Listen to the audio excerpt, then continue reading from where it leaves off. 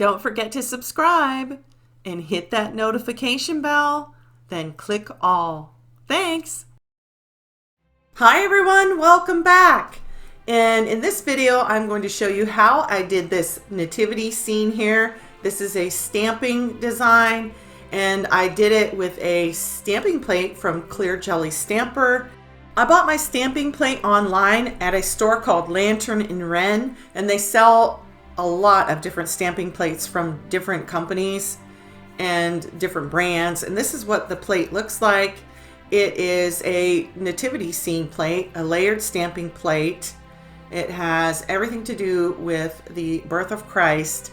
This plate, I paid a total of $19.98. That included tax and shipping. And they gave this little card here, and it just gives you an idea of what the images look like stamped and some of the colors that you can use. And that's the image right there that I am going to focus on in this video doing. So yeah, I will have all the links to this plate in the description box below, so you can check out Lantern and Wren on your own. So let's go ahead and get started. As the base for my stamping, I'm going to be stamping over, of course, gel polish, and the colors that I am using are not your usual white.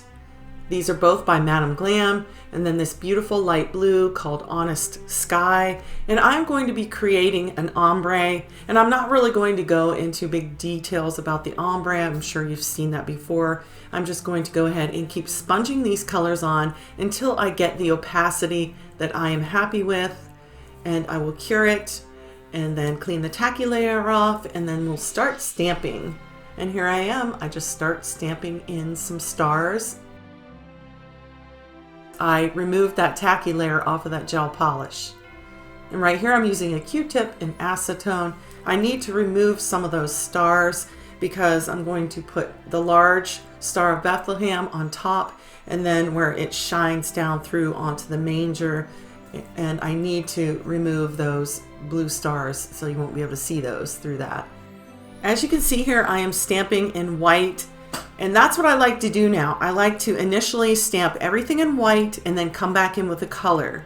Now that may seem like, oh, it's an extra step, but you know what? It really makes the colors pop, and it works great even when you stamp over black. So now it's time to fill in with yellow. I just try to line it up the best I can. If you're off a little bit, it just really doesn't matter. It kind of adds character to the design. At least I think it does. And now I'm going to stamp the little ground scene, or the little hill scene. And if you miss a spot, don't worry about that, because you can come back in and re-stamp over it, or you can use a small brush and just fill in with black polish. Now onto the manger scene, and once I stamp this, I have a lot of excess things on my stamper, so I just come in and I use my scraper to take it off, or you can use a piece of tape just to get some of that extra off, just to keep things nice and neat, and that way later on you have less things to clean off of the nail. I do apologize for the blurry footage in some parts of this video, but it's kind of difficult to stamp and film at the same time.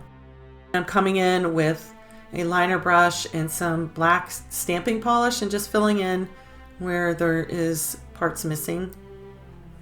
Looks pretty good so far. And now I'm going to be adding an angel floating above the manger. And before I stamp this, I did have to remove a few more of the blue stars that were on my nail so they didn't show through the angel. This second image here is the detail for the angel, but I don't have the stamping footage because it was absolutely terrible and it was so blurry.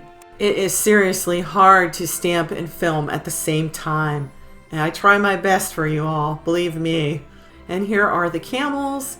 So I just do different camels, and some are placed higher up than others. Looks like they're following each other. And that's what it looks like again so far. I really like it. And now I'm just going to add a tree, and I stamped this tree over one of the stars, but you know what? It's okay. I'm gonna go with it. No one will really notice, I don't think.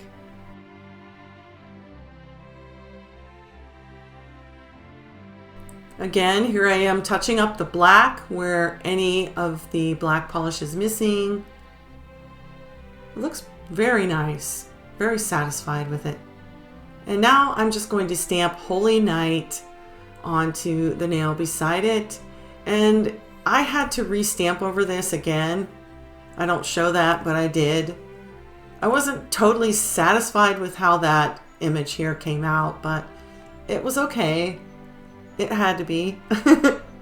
Since this was a night sky scene, I thought adding a little bit of silver gel polish glitter would look really nice. This is a fine silver glitter gel polish, and once I get it everywhere I want it, I'm going to go ahead and cure it into place for 30 seconds.